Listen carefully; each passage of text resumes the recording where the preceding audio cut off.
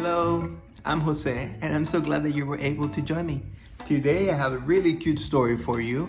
It's called The Little Ghost Who Was a Quilt. It's a story about being different and about how being different can sometimes be seen as something negative. But in the end, it's also what makes you unique and special. Let's go ahead and get started with our story. The Little Ghost Who Was a Quilt. Once there was a little ghost who was a quilt. He didn't know why he was a quilt. His mom and dad and all his friends were cheats. They were light as air. They flew high and fast and twirled and whirled in the sky. They could even ride on a gust of wind and then whoosh back to the ground like they were going down an invisible slide. The little ghost who was a quilt was heavy because of his layers of fabric.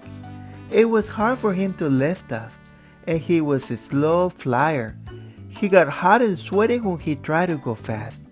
The only time he attempted to twirl and whirl, it didn't end well. One day, he and his friends were at the park when they heard someone coming. His friends zoomed away because ghosts are terrified of people. But the little ghost couldn't escape quickly enough. He flopped over a bench. A family came along, and a little boy who was eating an ice cream cone sat down beside him. The little ghost had never been so close to a human before, and he felt fear in every fiber of his fabric. The boy only stayed a few minutes, but he dropped a big blob of melted ice cream right on the little ghost's face. Later, when some other ghosts saw him, they laughed at the stain on his forehead. The little ghost was embarrassed and also very sticky.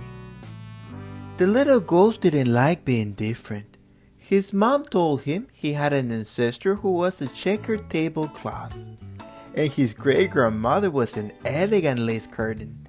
Everyone said she was the most beautiful ghost they've ever seen. Even knowing that, the little ghost didn't feel any better. He wished he was just one fabric and not a whole bunch of squares sewn together. The other ghosts called him Scrappy, and he didn't like that. But there was one day that always cheered him up. Halloween! People seemed excited about ghosts on Halloween, and sometimes children dressed as them to trick or treat. Every year the ghosts went to watch the festivities.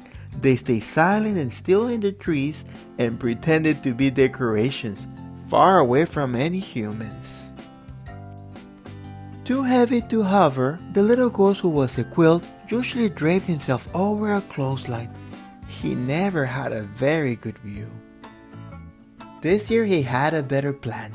He remembered how close he had been to the boy in the park. So he decided he would be brave and fold himself over a chair on a porch, right in the center of the action. Halloween night came, and the little ghost flew as fast as he could, but he was only halfway across the lawn when he heard people coming. At the last possible second, he flopped over the porch rail. A mom walked up the driveway with a little girl dressed as a ballerina. While the girl trick-or-treated, the mother asked the man at the door something. The next thing the little ghost knew, the mom had picked him up. He was so scared, he thought his seams might come unstitched. The mom wrapped the little ghost around the girl and put them both in a wagon. The girl had been cold, and now the little ghost was keeping her warm. He could hardly believe what was happening.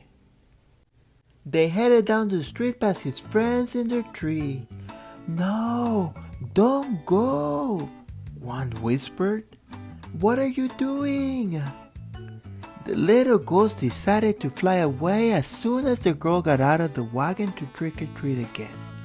But the mom didn't turn into the next yard, or the one after that. By the time she finally walked up to a house, the little ghost was panicking. How will he get away? The mother parked the wagon and carried the little girl and the little ghost into the house. The little ghost didn't know what to do. He reminded himself to stay calm and be brave. The little ghost picked around the room. There were Halloween decorations everywhere. He even saw a branch trimmed with lollipop ghosts. They looked just like his friends in the tree. The girl tucked the little ghost who was a quilt under her legs as she sorted her candy into piles.